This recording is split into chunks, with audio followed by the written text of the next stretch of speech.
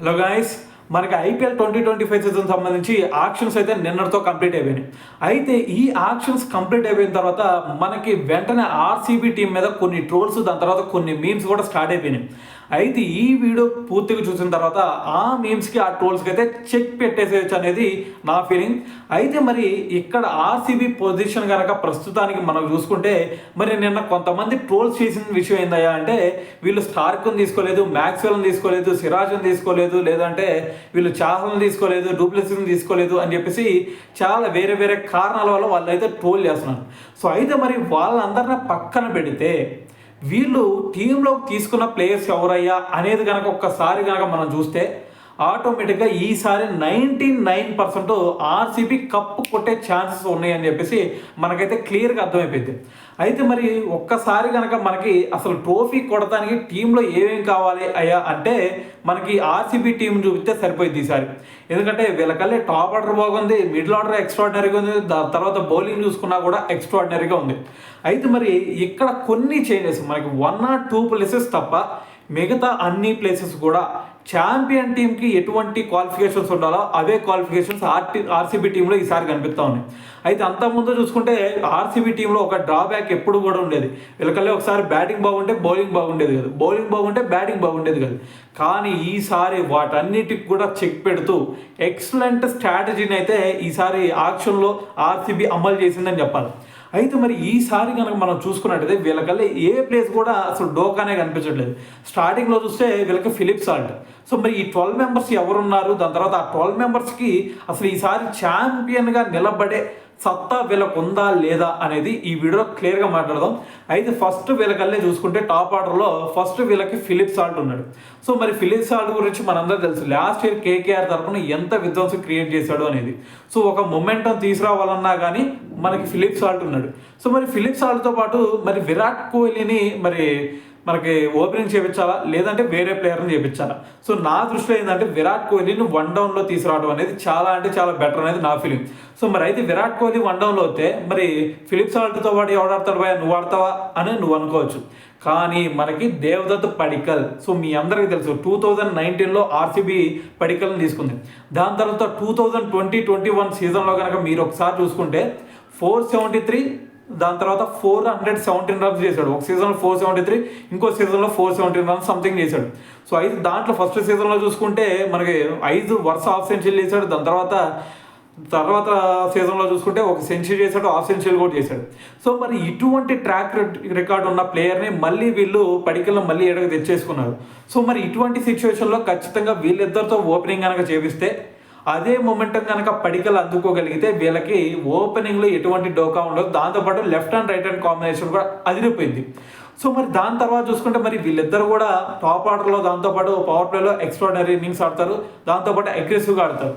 So మరి ఇక్కడ ఏదన్నా ఒక వికెట్ కోల్పోయినా సరే దాని తర్వాత వచ్చేసరికి వీళ్ళకి విరాట్ కోహ్లీ వస్తాడు.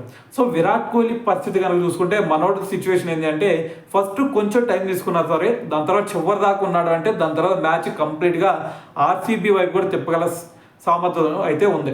సో మరి ఇటువంటి సిచ్యువేషన్లో మరి దాని తర్వాత విరాట్ కోహ్లీ కనుక వచ్చాడు అంటే సో దాని తర్వాత పవర్ ప్లే అయిపోయిన తర్వాత ఖచ్చితంగా ఏదో ఒక వికెట్ అయితే పడింది. సో దాని తర్వాత పట్టిదార్ వస్తాడు. మరి పట్టిదార్ వచ్చే టైంకి మనందరికీ తెలుసు స్పిన్నర్స్ని పట్టిదార్ ఎక్సలెంట్గా ఆడతాడని చెప్పేసి. సో మరి పట్టిదార్ కనుక వచ్చాడంటే స్పిన్నర్స్ని 2 వికెట్స్ అప్పటికి అయిపోయినా సరే దాని తర్వాత స్పిన్నర్స్ మనకి బౌలింగ్లోకి వస్తారు, దాని తర్వాత స్పిన్నర్స్ని అగ్రెసివ్గా ఆడతాడు. సో మరి దాని తర్వాత వీళ్ళిద్దరు కనుక విరాట్ కోహ్లీ దాని తర్వాత పట్టిదార్ కనుక కొంచెం మ్యాచ్ను ముందుకు తీసుకెళ్ళిగితే అది కూడా ఒక 14 అవర్స్ వరకు చాలు. 14 అవర్స్ వరకు వీళ్ళిద్దరు మ్యాచ్ను ముందుకు తీసుకెళ్ళగలిగితే వీళ్ళకల్లే మిడిల్లో స్ట్రాంగ్ హిట్టర్స్ ఉన్నారు. సో స్ట్రాంగ్ హిట్టర్స్ ఎవరయ్యా అంటే లివింగ్ స్టోన్, దాని తర్వాత Tim David, Jitesh Sharma. So వీళ్ళు ముగ్గురు చూసుకుంటే ఆ మిగతా 6 ఓవర్లో విధ్వంసం క్రియేట్ చేయగలుగుతారు.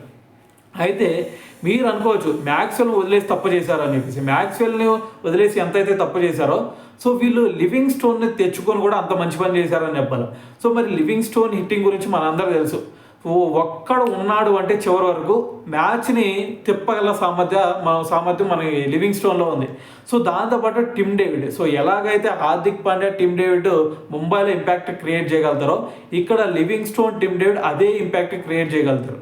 సో దాని తర్వాత మరి జితేష్ శర్మ, సో మరి జితేష్ శర్మ గురించి మీ అందరికీ పెద్దగా తెలియకపోవచ్చు, కానీ మనోడు స్ట్రైక్ రేట్ చూసుకున్నా, మనోడు బ్యాటింగ్ స్టైల్ చూసుకున్నా, మనోడికి మరీ అన్ని ఛాన్సెస్ ఎక్కువ ఛాన్సెస్ రాకపోవడం వల్ల ఇప్పుడు అంత పెద్దగా అయితే వినిపించట్లేదు. కానీ సో మనోడికి గనక ఒక్క ఛాన్స్ వచ్చింది అంటే వేరే లెవెల్లో, వీళ్ళిద్దరికి మించిన లెవెల్లో అయితే మనోడు బ్యాటింగ్ చేయగలుగుతాడు. సో మరి ఇటువంటి సిచ్యువేషన్ వీళ్ళకల్లే టాప్ ఆర్డర్ చూసుకుంటే ఎక్సలెంట్గా ఉంది, మిడిల్లో చూసుకుంటే మనకి పటిదార్ ఉన్నాడు, దాని తర్వాత కోహ్లీ ఉన్నాడు, దాని తర్వాత ఇక్కడ మిడిల్ ఆర్డర్లో చూసుకుంటే మరి లివింగ్ స్టోన్ ఉన్నాడు, దాని తర్వాత Tim David, Jitesh Sharma. So ఇలాగ 7 బ్యాట్స్మెన్స్ కూడా ఎక్స్ట్రాడనరీ బ్యాట్స్మెన్స్. సో దాని తర్వాత మరి కృణాల్ పాండ్యా రూపంలో ఒక ఆల్రౌండర్ కూడా వీళ్ళకైతే ఉన్నాడు. సో మరి కృణాల్ పాండ్యా చూసుకుంటే మరి బౌలింగ్ చేయగలుగుతాడు, దాని తర్వాత బ్యాటింగ్లో చూసుకుంటే మనకి జడేజా టైప్. సో మరి జడేజా ఎప్పుడైతే టీం మొత్తం కొలాప్స్ అయిందో, నేనున్నాను రా టీంకి అని చెప్పేసి మధ్యలో ఎలాగైతే వస్తాడో, సో ఇక్కడ కూడా కృణాల్ పాండ్యా అదే రోల్ అయితే ప్లే చేయగలుగుతాడు. సో ఇలాగ 8 మెంబర్స్ కూడా వీళ్ళకల్లే ఫస్ట్లో మనకి ఓపెనింగ్ ఇద్దరు, దాని తర్వాత మిడిల్లో కోహ్లీ, దాని తర్వాత పటిదార్. సో దాని తర్వాత వచ్చేసరికి మనకి మిడిల్లో చూసుకుంటే వీళ్ళకి లివింగ్ స్టోన్, దాని తర్వాత Jitesh Sharma, Tim David. So ఇలాగ 7 ప్లేయర్స్ కూడా ఎక్స్ట్రాడినరీ ప్లేయర్స్. దాని తర్వాత చూసుకుంటే కొంచెం మనకి టీం సరైన స్టేజ్లో లేదు అన్నప్పుడు మనకి కృణాల్ పాండ్యాని కూడా అప్ ది ఆర్డర్ పంపించేసేయచ్చు. సో ఇలాగ 8 మెంబర్స్ కూడా ఎక్స్ట్రాడినరీ బ్యాటింగ్ లైనప్ ఉంది. సో అయితే మరి ఇక్కడ 8 ప్లేసెస్ కూడా ఎక్కడా కూడా నాకు కొంచెం అన్నా సరే బ్యాక్ డ్రాప్ అయితే ఎక్కడా కూడా కనిపించట్లేదు. సో అయితే మరి ఇక్కడ 8 మెంబర్స్ తీసుకుంటే మరి మిగతా వాళ్ళు ఎంతమంది ఉంటారు భయ, ముగ్గురే కదా అని నువ్వు అనొచ్చు. అయితే ఒక ఇంపాక్ట్ ప్లేయర్ కూడా ఉన్నాడు ఆయన. సో అది గుర్తుపెట్టుకోండి. మరి ఇంపాక్ట్ ప్లేయర్ కింద మనకి పడికలను తీసేసుకోవచ్చు. అయితే మరి ఇక్కడ మరి బౌలింగ్ అటాక్ ఎలా ఉంది భయ్యా అనే డౌట్ నీకు రావచ్చు, అది చెప్తాను విను. బౌలింగ్ అటాక్లో ఫస్ట్ మనం వీళ్ళకల్లే పేస్ అటాక్ చూద్దాం. సో మరి స్టార్క్ని తీసుకోలేదు అనుకోవచ్చు, స్టార్క్ బదులు హ్యాజల్వుడ్ని తీసుకున్నారు. సో మరి హ్యాజల్వుడ్ బౌలింగ్ చూసుకున్నా, మనకి స్టార్క్ బౌలింగ్ చూసుకున్నా, ఇద్దరికి డిఫరెన్స్ ఏందయ్యా అంటే ఒక్క పేస్ మాత్రమే. కానీ మనకి హ్యాజల్వుడ్ చూసుకుంటే సో చాలా అంటే చాలా ప్రామిసింగ్ బౌలర్. సో ఒక లైన్ అండ్ లెంత్ పట్టుకున్నాడంటే అదే లైన్ అండ్ లెంత్ మీదగా బాల్ పెట్టి దాని తర్వాత బ్యాట్స్మెన్ని ఇరకాటంలో పెట్టేటలో మన హ్యాజల్వుడ్ని మించిన బౌలర్ ఉన్నాడు.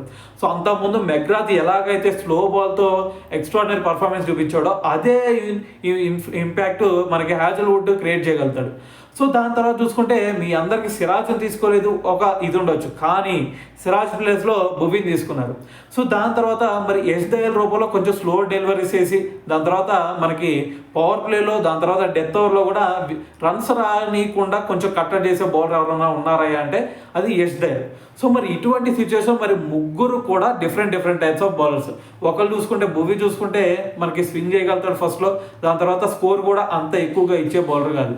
దాని తర్వాత హ్యాజల్వుడ్ చూసుకుంటే హ్యాజల్వుడ్ కూడా మనందరూ తెలుసు ఒక లైన్ అండ్ లెంత్తో పట్టుకొని సో కొంచెం రన్స్ అయితే కట్టడి చేయగలుగుతాడు. దాని తర్వాత కనుక మనం చూసుకుంటే యష్ దయాల్ రూపంలో మనకి లెఫ్ట్ ఆర్మ్ పేసర్ ఉన్నాడు, దాంతోపాటు కొంచెం స్లోవర్ డెలివరీస్తో పవర్ ప్లేలో వేయగలుగుతాడు, దాని తర్వాత డెత్ ఓవర్లో కూడా ఎక్స్ట్రాడినరీగా వేయగలుగుతాడు. సో మరి ఇటువంటి ముగ్గురు కూడా డిఫరెంట్ టైప్స్ ఆఫ్ పేసర్స్ అయితే వీళ్ళకి ఉన్నారు. సో అయితే టాప్ ఆర్డర్ మనకి బ్యాటింగ్ చూసుకుంటే ఎక్స్ట్రాడినరీ, బౌలింగ్ చూసుకుంటే ముగ్గురు కూడా ఎక్స్ట్రాడినరీ బౌలర్స్ ఉన్నారు. దాని తర్వాత మరి స్పిన్నర్స్ విషయం ఏందయ్యా అంటే వీళ్ళకల్లే స్పిన్నర్లు కూడా ముగ్గురు కనిపిస్తున్నారు. సో మరి లివింగ్ స్టోన్ ఒకటి వేయగలుగుతాడు, సో అతన్ని పార్ట్ టైమ్గా పెట్టుకున్నా కూడా. దాని తర్వాత మరి ఇక్కడ మరి మనకి చూసుకుంటే సుయేష్ శర్మ. సో మరి సుయేష్ శర్మ అంటే మరి చాహల్ని తీసుకోలేదు కదా, మరి సుయేష్ శర్మ ఏదన్నా రోల్ని భర్తీ చేయగలుగుతాడంటే ఖచ్చితంగా చేయగలుగుతాడు. సో ఇద్దరు కూడా ఒకే టైప్ ఆఫ్ బౌలర్స్. సో దాని తర్వాత చాహల్ని వీళ్ళు ఎలాగైతే కొంచెం పుషప్ చేయగలిగారో అదే విధంగా సుయేష్ శర్మని కనుక వీళ్ళు పుషప్ చేయగలిగితే రెండో చాహల్ అయ్యే ఛాన్స్ కూడా ఖచ్చితంగా ఉందని చెప్పాలి. సో మరి ఇటువంటి సిచ్యువేషన్లో మరి దాని తర్వాత చూసుకుంటే మనకి లెఫ్ట్ ఆర్మ్ స్పిన్నర్గా కృణాల్ పాండ్యా కూడా ఉన్నాడు. సో మరి ఇటువంటి సిచ్యువేషన్ వీళ్ళకల్లే బౌలింగ్ అటాక్లో కూడా ఎక్కడ కూడా కొంచెం కూడా డౌట్ కనిపించట్లేదు. సో మరి డిఫరెంట్ టైప్స్ ఆఫ్ బౌలర్స్ వీళ్ళకల్లే ఉన్నారు. దాని తర్వాత పవర్ హిట్టింగ్ బ్యాటర్స్ మిడిల్లో ఉన్నారు, దాని తర్వాత ఎక్స్ట్రాడినరీ స్టార్ట్ ఇచ్చే బ్యాట్స్మెన్స్ ఉన్నారు, మ్యాచ్ను ముందుకు తీసుకెళ్లే బ్యాట్స్మెన్స్ ఉన్నారు. దాని తర్వాత బౌలింగ్లో చూసుకుంటే స్కోర్ రానియకుండా చేసే బౌలర్స్ ఉన్నారు, వికెట్ టేకింగ్ బౌలర్స్ ఉన్నారు. సో దాని తర్వాత డెత్ ఓవర్లో ఎక్స్ట్రాడినరీగా వేసే బౌలర్స్ కూడా వీళ్ళకల్లే కనిపిస్తూ ఉన్నారు. సో మరి ఇదంతా చూసిన తర్వాత ఎటువంటి మేమర్ అయినా సరే, ఎటువంటి ట్రోలర్స్ అయినా సరే ఖచ్చితంగా ఈ టీం మీద ట్రోల్ చేయడం ఖచ్చితంగా ఆపే ఛాన్స్ అయితే ఖచ్చితంగా ఉండింది. సో మరి ఇటువంటి సిచ్యువేషన్లో మరి వీళ్ళకి ట్రోఫీ కొట్టగలిగే సత్తా ఉందా అంటే 99% వీళ్ళకి ట్రోఫీ అయితే ఖచ్చితంగా వచ్చింది. సో మరి చెన్నై లాంటి టీంకి కూడా ఎప్పుడు కూడా వాళ్ళకల్లే ఒక స్ట్రాంగ్ బౌలర్ అయితే ఎప్పుడు కూడా లేడు. సో వాళ్ళకున్న ఆపర్చునిటీస్నే వాళ్ళు యూజ్ చేసుకొని సో వాళ్ళైతే ట్రోఫీలు కొట్టగలిగారు ఇప్పటి వరకు. సో అయితే మరి ఇక్కడ కనుక ఒకసారి చూసుకుంటే అంతకంటే కొంచెం మంచి టీమే కనిపిస్తుంది మనకి.